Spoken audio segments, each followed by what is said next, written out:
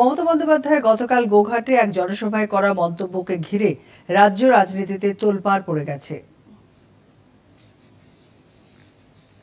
আমি জানি কয়েকজন, সবাই তো নয়। যেমন আমি শুনলাম আসানসোলের একটি মিশন আছে, ইসকনও মনে রাখবেন 700 একর জমি দিয়েছি ইসকন শহর করবার জন্য নদিয়াতে। ইসকনেরও একটা মন্দির আছে, ইসকনেরও একটা মিশন আছে, একটা দুটো তো থাকবেই। দিল্লি থেকে নির্দেশ আসে, বলে বিজেপিকে ভোট দেওয়ার জন্য বলো। কেন করবে সাধু সন্তরা কাজ? কিন্তু রামকৃষ্ণ মিশনকে সবাই সম্মান করে, শ্রদ্ধা করে।